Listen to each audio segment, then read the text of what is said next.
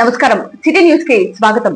పల్నాడు జిల్లాకు జాషువా పల్నాడు జిల్లాగా నామకరణం చేయాలని వినుకొండలో జరిగిన అఖిలపక్ష సమావేశంలో డిమాండ్ చేసింది। జ్ఞానపీఠ అవార్డు గ్రహీత జాషువా జన్మస్థలమైన ఈ ప్రాంతానికి ఆయన పేరు పెట్టడం అన్ని వర్గాల వారికి గౌరవప్రదమని సమావేశంలో అభిప్రాయపడ్డారు। సిపిఐ కార్యాలయంలో జరిగిన ఈ సమావేశానికి సీనియర్ న్యాయవాది పిజే లూకా అధ్యక్షత వహించారు। ఈ సందర్భంగా ఆయన మాట్లాడుతూ జాషువా పేరు పెట్టడం వల్ల జిల్లాకు ప్రత్యేక గుర్తింపు లభిస్తుందని అన్నారు। భవిష్యత్తు కార్యాచరణ కోసం చిలకల జాన్సుందర్ రావు కన్వీనర్ గా ఒక అఖిలపక్ష కమిటీని ఏర్పాటు చేశారు। ఈ కమిటీ ముఖ్యమంత్రి మరియు ఇతర ఉన్నతాధికారులకు తీర్మాన పత్రాన్ని అందజేయనుంది। కన్వీనర్ జాన్సుందర్ రావు మాట్లాడుతూ ప్రభుత్వం తమ విజ్ఞప్తిని మన్నించి జిల్లా పేరు మార్చే వరకు తమ ఉద్యమం కొనసాగుతుందని తెలిపారు। ఈ కార్యక్రమంలో ప్రజా సంఘాల నాయకులు పాల్గొన్నారు। ప్రభుత్వం వారు మన రాష్ట్రంలో కొత్తగా కొన్ని జిల్లాలు ఏర్పాటు చేయాలని, అట్లానే సరిహద్దులు కూడా సవరించాలని, కొన్ని జిల్లాలకి పేర్లు కూడాను మార్చాలని కార్యక్రమం చేపట్టారు। చాలా సంతోషం। పల్నాడు జిల్లాలో ప్రముఖంగా అన్ని ప్రాంతాల వారు, అన్ని కులాలు, అన్ని మతాల వారు, అన్ని రాజకీయ పార్టీల వాళ్ళు ముక్త కంఠంతో గత ప్రభుత్వానికి జాషువా గారి పేరు నామకరణం చేయమని చెప్పేసి విజ్ఞప్తి చేయడం జరిగింది। అయితే గత ప్రభుత్వం ఏ కారణం చేతనో ఆ పేరు పెట్టడం జరగదు। అయితే ఇప్పుడు మళ్ళీ ఒక మంచి అవకాశాన్ని ప్రభుత్వం ఏర్పాటు చేసింది।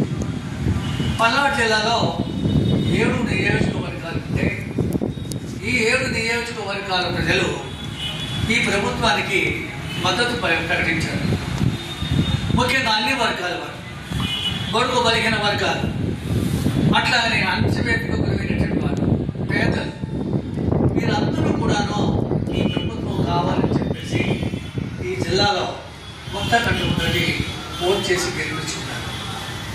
ఈ సందర్భంగా నేను ప్రభుత్వాన్ని మనవి చేసేది ఏంటంటే, ఈ ప్రాంత ప్రజానీకం అందరూ కూడాను ఒక్కటిగా నిర్ణయిస్తూ జాషువా గారి పేరుని ఈ ప్రాంతానికి పెట్టడం ద్వారా సాహిత్య రంగాన్ని గౌరవించటం, అట్లానే బడుగు బలిగిన వర్గాలు, పీడిత ప్రజానీకం, అణచివేతకు గురైనటువంటి వాళ్ళు, వీరందరికీ ప్రతినిధిగా ఆయన చలామణి అవుతున్నారు కాబట్టి వాళ్ళందరినీ కూడా గౌరవించినటువంటి ఒక మంచి సందర్భంగా, మంచి సందేశంగా ఉంటుందని చెప్పేసి నేను మనవి చేస్తా ఉన్నాను। ఈ అవకాశాన్ని తప్పనిసరిగా ఈ ప్రభుత్వం సద్వినియోగం చేసుకుంటుందని, ఈ ప్రాంత ప్రజల యొక్క ఆశాభావాన్ని గౌరవిస్తారని ఆకాంక్షిస్తూ ఉన్నాం। అందుకు స్థానికంగా ఉన్నటువంటి మా శాసనసభ్యులు ఆంజనేయులు గారు, అట్లానే ఆయనతో పాటు పెద్దలు తగ్గిన మల్లికార్జునరావు గారు, అట్లానే ఎంపీ గారు, వీరు కూడా గతంలో కూడాను ఈ ప్రాంతానికి ఈ పేరు పెట్టమని చెప్పేసి జిల్లాకి కోరారు। వారు ఇప్పుడు మరింత గట్టిగా కూడాను మన తరఫున కోరతారని చెప్పేసి ఆకాంక్షిస్తూ ఉన్నాం।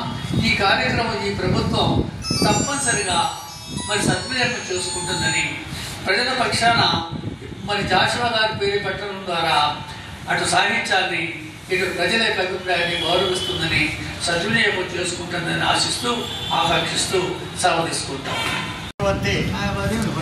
గుర్రం జాషువా గారి పేరు పల్నాడు జిల్లాకి ముందుగా కానీ జిల్లా తర్వాత కానీ జాషువా పల్నాడు లేదా పల్నాడు జాషువాగా పెట్టాలని చెప్పి ఈ కార్యక్రమాన్ని చేపట్టి జాషువా సాంస్కృతిక సమాఖ్య ఆధ్వర్యంలో ఈరోజు ఇక్కడికి అఖిలపక్షం మరియు ప్రజా సంఘాలన్నీ కూడా ఇక్కడ చేరి ఏకగ్రీవంగా తీర్మానించడం అనేటువంటిది జరిగింది। గత ప్రభుత్వమే పెట్టాల్సింది ఆ పేరు, కానీ ఈ ప్రభుత్వం కొత్త ప్రభుత్వం వచ్చింది। ఈ కొత్త ప్రభుత్వం వచ్చిన తర్వాత మనం ఆ ప్రభుత్వం మీద ఒత్తిడి తీసుకొస్తే తప్పితే మనం అది నెరవేర్చలేము। కాబట్టి మీరందరూ కూడా సహకరించి మనం ఏ కార్యాచరణ అయితే జిల్లా స్థాయిలో ఉన్నటువంటి జిల్లా స్థాయి కమిటీ వాళ్ళు ఏ కార్యాచరణ అయితే ఇస్తారో ఆ కార్యాచరణను మనం చేపడదాం. ప్రధానంగా ప్రస్తుతం మొట్టమొదటగా మనం మెమరాండం ఇవ్వటం అనేటువంటి కార్యక్రమాన్ని చేపడదాం. ప్రధానంగా మెమరాండం ముఖ్యమంత్రి గారిని అడ్డం చేసి స్థానిక శాసనసభ్యులు చీఫ్ విప్ అయినటువంటి గౌరవనీయులు జీవి ఆంజనేయులు గారి ద్వారా ముఖ్యమంత్రికి పంపే విధంగా మరి సంతకాల సేకరణ చేస్తున్నాం. అదేవిధంగా అదే రిప్రజెంటేషన్ని స్థానికంగా నర్సరావుపేట పార్లమెంట్ సభ్యులు గౌరవనీయులు రావు శ్రీకృష్ణరావు గారి ద్వారా ముఖ్యమంత్రి గారిని రిప్రజెంట్ చేయడానికి మెమరాండం అందజేయటం. అదేవిధంగా గుంటూరు జిల్లా పల్నాడు జిల్లా కలెక్టర్ గారికి మనం మెమరాండం అందజేసి ఇంటర్నల్ దాన్ని ముఖ్యమంత్రికి పంపమని చెప్పి కోరదాం.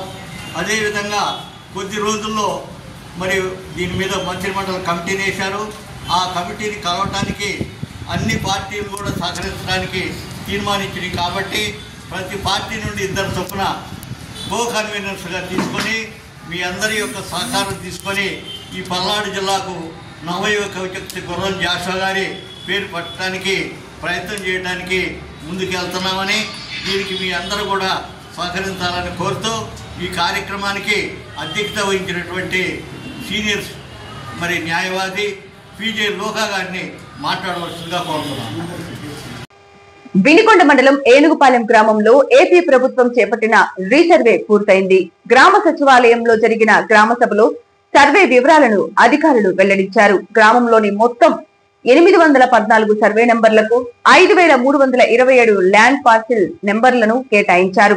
గ్రామం మొత్తం విస్తీర్ణం 5437.274 ఎకరాలుగా నమోదు చేశారు. ఈ వివరాలు గ్రామస్తులకు చదివి వినిపించారు. ఈ కార్యక్రమంలో రెవెన్యూ శాఖ అధికారులు పాల్గొన్నారు. వినికొండ పట్టణంలోని మార్కెట్ యార్డ్ చైర్మన్ మీసాల మురళీ యాదవ్ కమిటీ డైరెక్టర్లతో ముఖ్య సమావేశం నిర్వహించారు.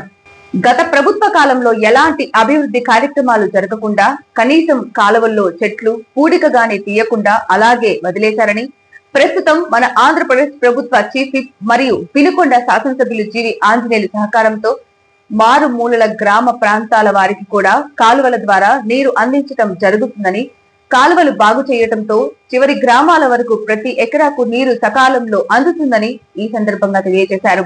ఎన్డీఏ గవర్నమెంట్ వచ్చిన తరువాత ఆంధ్రప్రదేశ్ రాష్ట్రంలోని ప్రాజెక్టులన్నీ జలకలతో నిండి ఉన్నాయని, ప్రతి గ్రామానికి చెరువులు నింపుకొని త్రాగునీరు తాగునీరు అందించారు.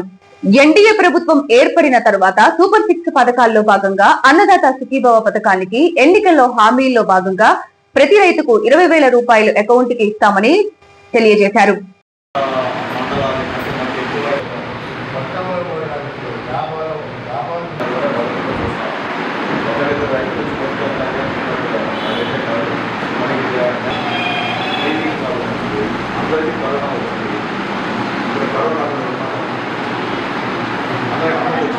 రాష్ట్ర ప్రభుత్వ చీఫ్ విప్ శ్రీ జీవి ఆంజనేయులు గారు మన వినుకొండ శాసనసభ్యుల యొక్క ఆదేశాల మేరకు ఈ రోజు మనం ఈ మీటింగ్ ఏర్పాటు చేసుకున్నాము. రైతు ప్రభుత్వం అంటే ఎన్డీఏ ప్రభుత్వం అని నిరూపించింది ఎన్డీఏ ప్రభుత్వం. జగన్ ప్రభుత్వంలో ఈ యొక్క 5 సంవత్సరాల్లో ఏ రోజు కూడా ఎన్ఎస్పి కాలువలు అంటే సాగు నీరు కాలువలు ఎక్కడా కూడా ఒక చెట్టు పీకింది లేదు, ఒక తట్ట మట్టి పీకింది లేదు. ఈ రోజు కాలువల్లో పూడికను తీసి ఒక రోడ్లు కాలువల మీద కాలువ కట్లు తార్ రోడ్లుగా పోసి ఈ రోజు ఈ నియోజకవర్గంలో జీవి ఆంజనేయులు కాలువలో మారుమూల చిన్న కుగ్రామాలకు కూడా సాగునీరు అందే విధంగా తయారు చేసింది ఎన్డీఏ ప్రభుత్వం. రాష్ట్ర ప్రభుత్వ చీఫ్ విప్ జీవి ఆంజనేయులు గారు చొరవ తీసుకొని ఈ రోజు మారుమూలన గ్రామానికి కూడా ప్రతి ఎకరానికి నీరు అందే విధంగా చేశారు.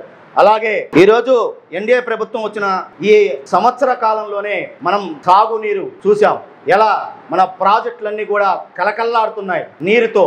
ఈ రోజు అదే ప్రతి ఒక్క గ్రామానికి చెరువులు నింపే విధంగా ప్రతి గ్రామంలో సాగునీరు నింపే విధంగా చేశారు. సాగునీరు త్రాగునీరు నింపే విధంగా చెరువులు నింపించారు.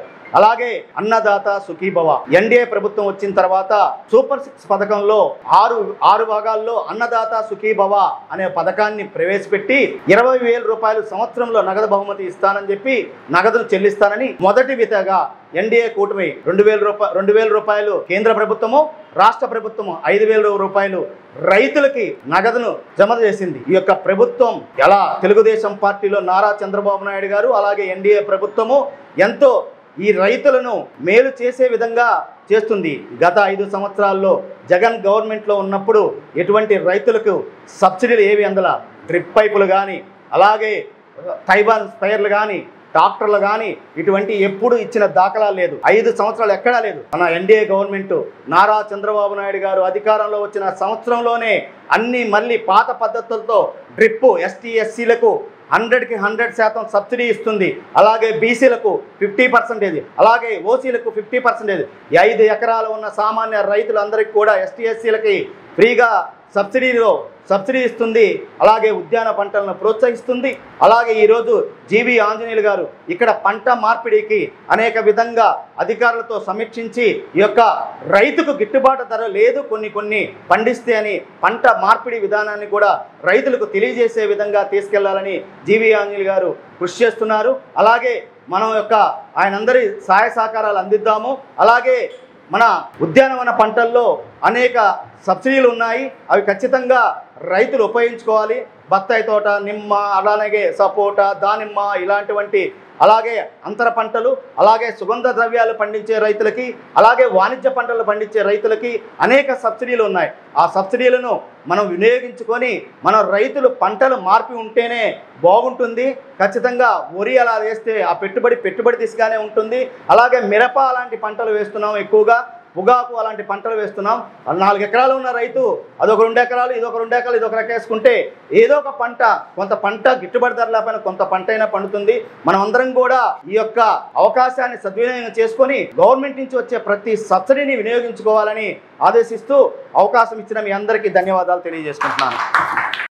సిటీ న్యూస్ ఇంతటితో సమాప్తం. తిరిగి రేపటి సిటీ న్యూస్ లో మళ్ళీ కలుద్దాం. అంతవరకు సెలవు.